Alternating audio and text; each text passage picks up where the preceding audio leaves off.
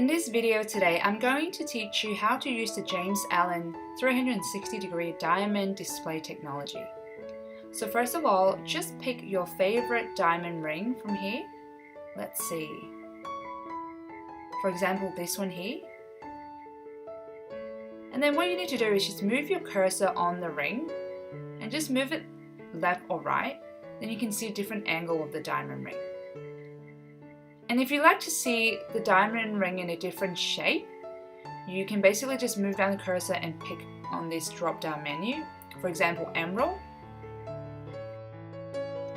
And that's pretty much it with this technology. It's super easy to use.